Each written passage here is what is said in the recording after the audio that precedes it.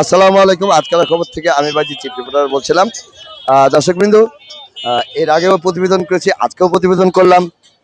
রাজশাহী যে 0 পয়েন্ট বাজার, সাহেব বাজার বলছে, সেই বাজারে এখনো এই জিনিসটা আমি মুক্ত করতে পারলাম না। একাধিকবার আমি তার পদক্ষেপ নিয়েছি এবং একাধিকবার আমি ট্রাফিক বিভাগেও আমি আমার অভিযোগপত্র দিয়েছি এবং তারা কোনো সাড়া দেয়নি। আর কিছু কিছু অফিসার আছে যাদের হাতে ক্ষমতা আছে, তারা এগুলো নীরবে দেখছে। আমি জানি না কি কারণ, তবে আমাদের জন্য ভালো হবে না, দেশের জন্য ভালো হবে না। দর্শকবৃন্দু, আজকে যে দৃশ্যটা আপনারা দেখতে পাচ্ছেন, এর চেয়েও খারাপ দৃশ্য ছিল। আমি আবারও বলবো, এই দৃশ্য যদি থাকে তাহলে একটি রোগী যেতে যেতে হয়তোবা রাস্তাতেই তার জীবন চলে যেতে পারে। এই জন্য দায় দায়িত্ব কে নেবে? রিক্সাওয়ালা? তা না। একটা মানুষের জীবন 10 টাকার মূল্যই নাই।